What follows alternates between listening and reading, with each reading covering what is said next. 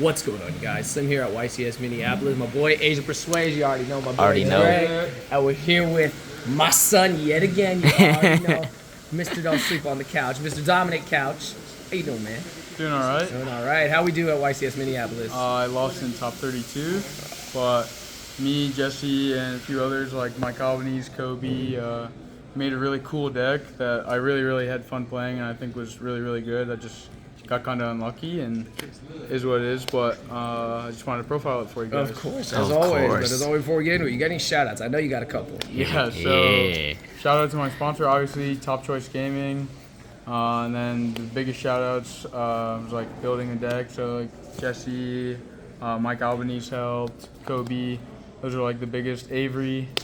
It was awesome. I really had fun playing this deck. I actually really enjoy it. Bicep cards are really cool. Yeah, to shout out Luxury Gaming, my sponsor as well. And maybe you're watching it on his new channel with Kobe. Yeah, there you go. Yeah, shout out your channel, bro. Your channel. Shout it out, bro. Yep. So we just made a YouTube channel, me and Kobe, called the Millennium Rings. Ooh. We're gonna start uploading more regularly, and we got some content, before Pasadena that should be up, and I'm really excited about it. I'm excited to be subscribed to the couch. There you go. Don't forget to subscribe to his Metafy. Yeah. It's in the description. Always in the description. That's everything? Yeah. All right, let's roll with it. Let's do it.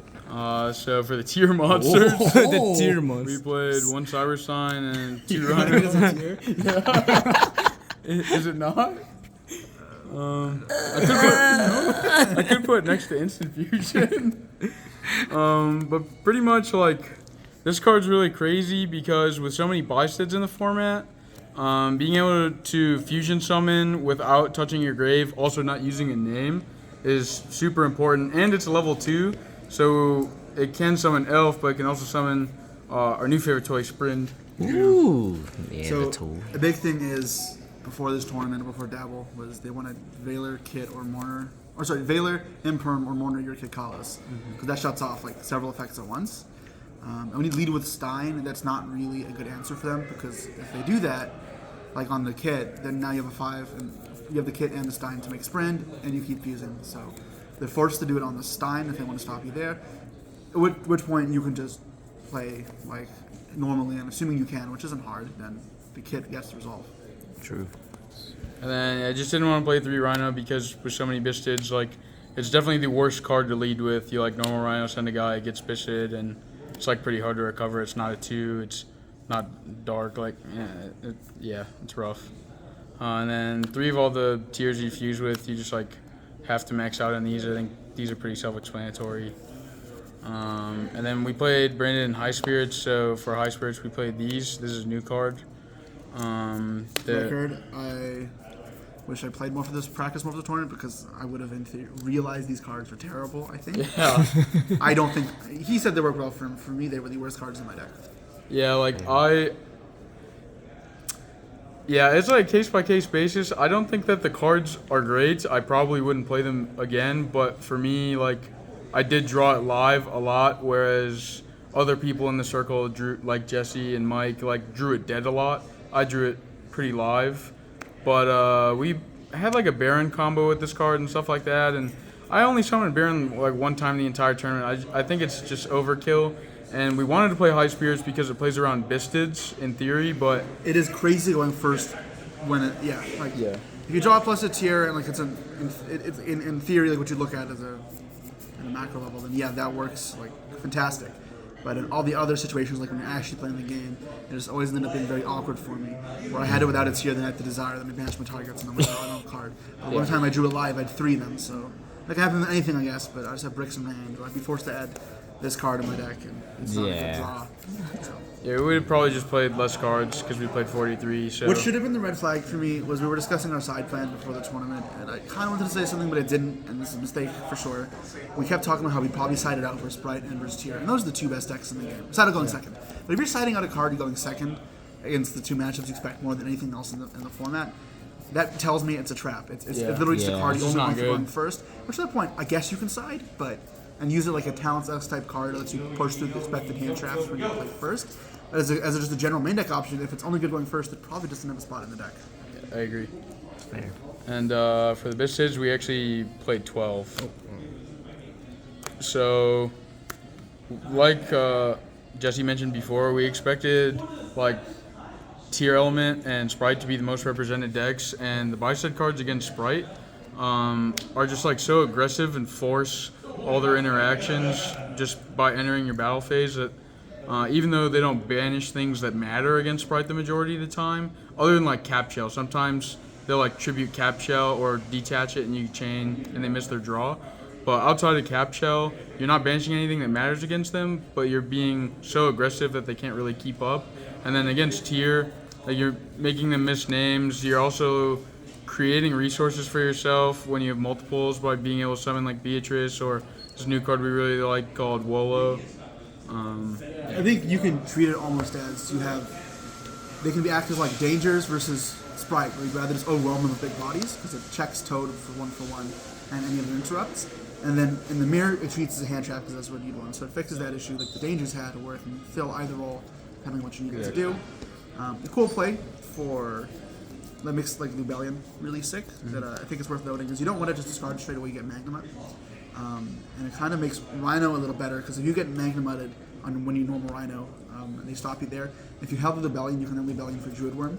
Summon the Druid Worm, and then make Dark. The Druid Worm sends their Magnamut, you steal Magnamut, you trigger it, and then you go Sprint and you send the Merly and it triggers the Rhino-Heart. And then you fuse and you get a dragon. It's like you put yourself so far ahead. Yeah, so that's really cool. So yeah, just one thing to note, keeping with the Rebellion, it's not auto use it straight away. Yeah, these cards were very, very solid. And then obviously there's multiple effects. It's good.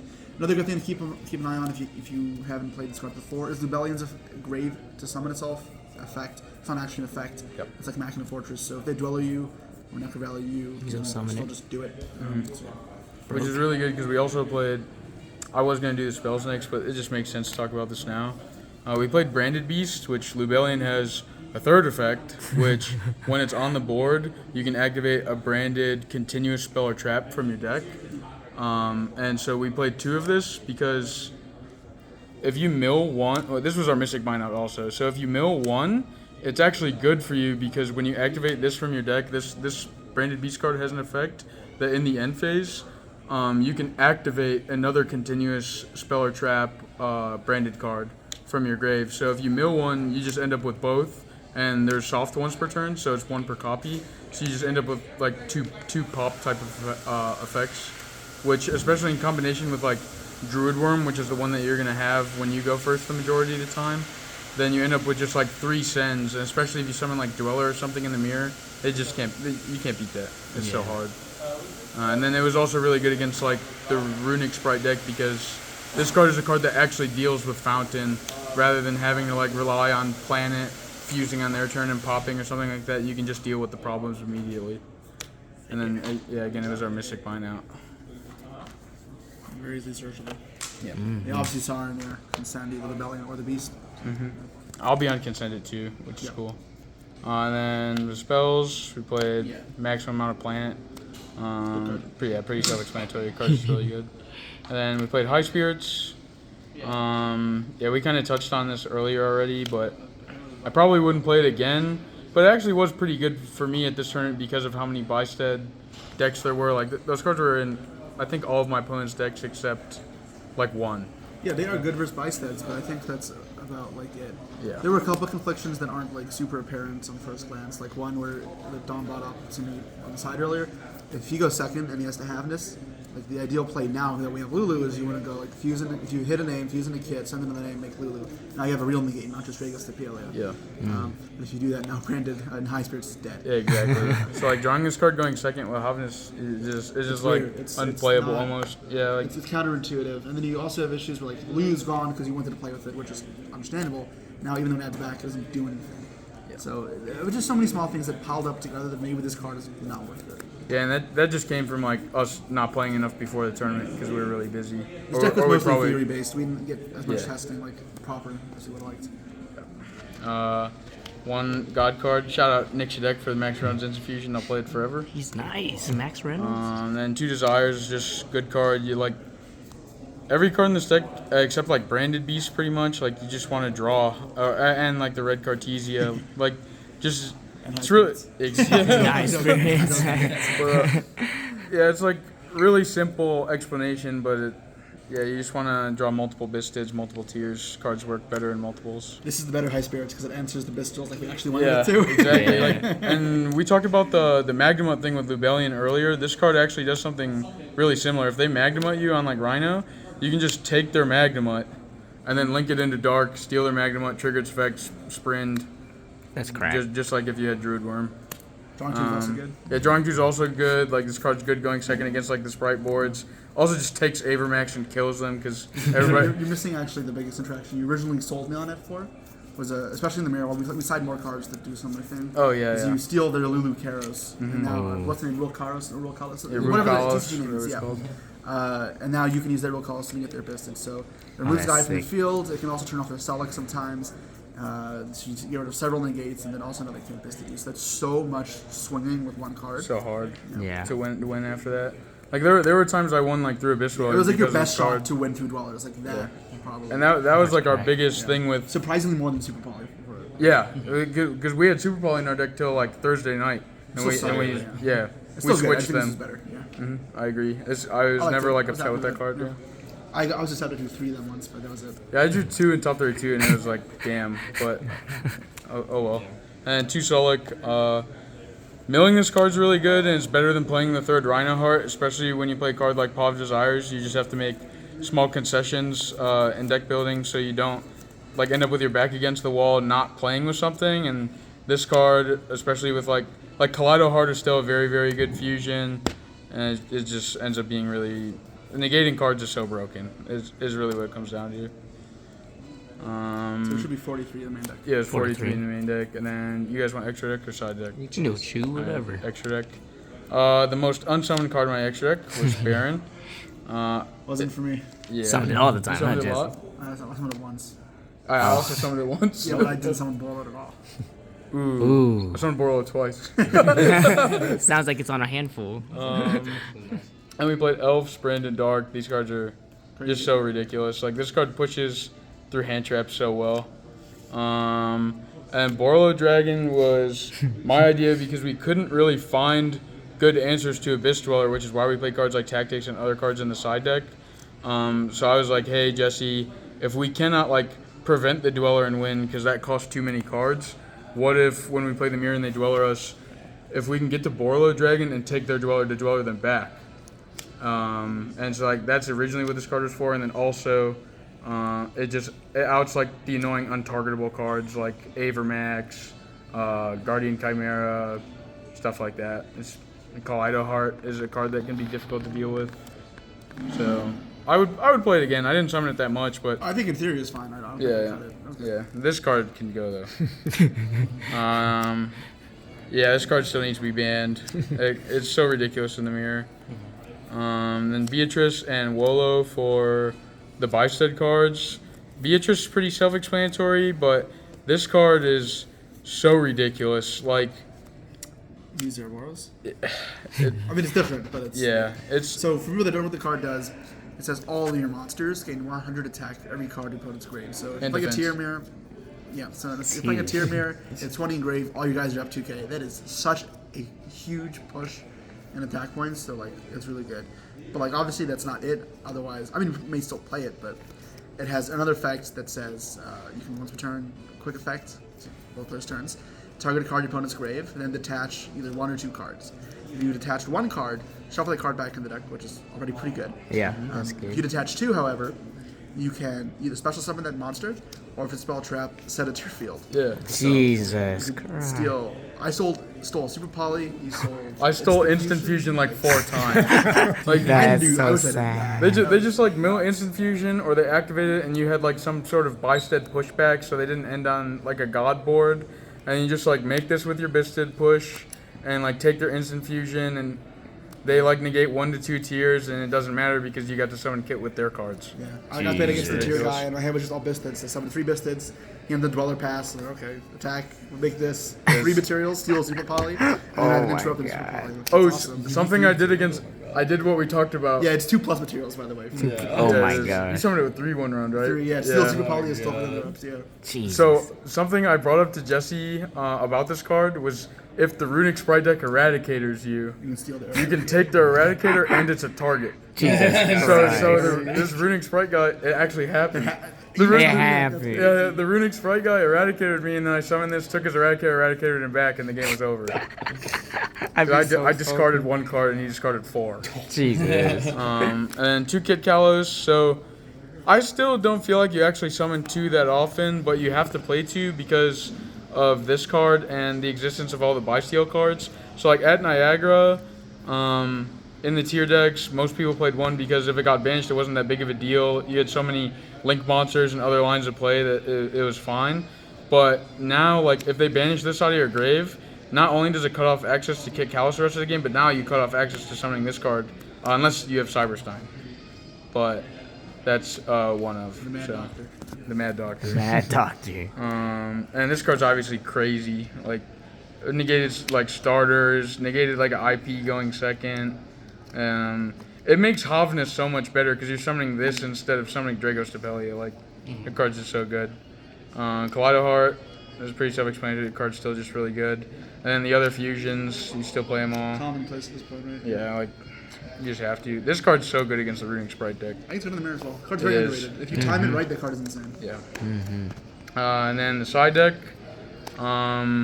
we sided I Exterio. really wanted to main it. It's weird. Yeah, Card's like we insane. could have cut Baron for it, but the card I really wanted to play over Baron was IP Masquerena. I don't feel like that, but I like this card. Yeah, I sided this in all the time. I really wanted to summon it, but I also didn't play against that many Runic Sprites, which is what What it about was Pendulum for. as well, right? Like, Yeah, I didn't play against the deck either. So I played against so much tier. yeah, I just think, it's just a good negate, right? Like, Yeah. So use Stein as a starter, but you can also sometimes mill it and then alpha back and as an extender if you don't need another tier card. And this card is just insane. There's also, like, if you know you're playing against a very spell-heavy deck, there's a cool combo you can do, which it takes 2 seconds over here, too. It's very flexible, so this is actually, like, the You only just way to print, do right? it. But, like, I'm showing you, it's literally this does it, to show you how simple it is. Where you can go Sharon Effect, send Sharon, mill 3, it doesn't matter. Fuse the 2 Sharons away, summon Kit. You don't need anything else, right? No. Okay. So you got a Merly mill 3, whiffing in. So you mill 6, Yeah. but it doesn't matter. Make Sprint. Send Stein. I mean, this is simple. I'm sure you guys can see where it's going from here, but That's how you it's search just this. you want to hold this to send this, because otherwise making this is a 2-card commitment that you can't link away that turn. So it's actually netting -2 link materials. Yep. So if you're holding this to trade off instead of popping itself, you're not getting mills, but you're saving yourself 1 material link, which does matter in like some combos where you want to find the easiest way to get to Stein. That's crack. Yeah, easiest Like way that to was do 3 it. Sharons. Like that wasn't a good hand. Not even All really, whiffs. all Yeah, so like whiffs. you can do it very easily other ways as well, but this was like a simplified combo that you can make work. The damn. Which I was crazy very like scientist. I never did it, but I was very glad it was in our deck. Like, I think it was a good idea. Same with like it's similar to like Borload. I think it was a great idea, even if it didn't happen that often. Yugioh, mind control, enemy controller. So these were the cards we talked about earlier with the like steal your stuff cards that. Again, we couldn't like really figure out a way to prevent the Dweller, so the best way to deal with it was like beat them other ways. So like using these to take their Lulu, because a lot of people don't end on Elf anymore. It's just there for free, and then they can't buy-stead you. You can negate like them even fusing. It's so good. And then it was even pretty good against like I played against Drytron, and he just like made an Appaloosa for 4, and I just mind controlled it, Jesus. and the game was over. So people may ask why one enemy controller, because obviously the others are limited, that one's not. When you're building a side deck, what you're not doing is just putting the cards in. You're deciding how many spots you want to allocate for each purpose first. So we knew we'd want to side out 6 cards against tier going second, so we want to allocate 6 spots in our side deck for going second. Now there's 3 more cards we haven't shown yet, but if we consider, then we put in the 6 best cards. We'd have the 3 best we're about to show, Super Poly. The next best card would be this. Next best would be this. And even though you could play 3 econs, we only have 1 spot left, and this is the next best card. So that's why we end up with 1 enemy controller. Yep. It's important to take that logic because it looks weird with 1. And anytime you see weird ratios, there should be a logic behind it, right? Not just two ups because it looks neat. Like Yeah. you could have figured 2 econ, 2 poly because it looks more neat, but that's just OCD speaking. That's not actually correct. It's important to just have logic behind your decisions, and that's why we have those numbers. Like if Change of Heart or Mind Control was at more than one, it would have been that instead. It was Yeah. just the next best option. Definitely. And then 3 Super Poly. That card was really just for the mirror, and I still sided against like Sprite and random stuff with the Pendulum decks. You just kind of have to look at their end board, see if it's good or not. And 3 Cosmic for like Runic Sprite, random back row decks. This card's just so good right now. Like hitting Fountain, they don't have a way to really protect it. Yeah, I think this card's like staple. It should be in every side deck.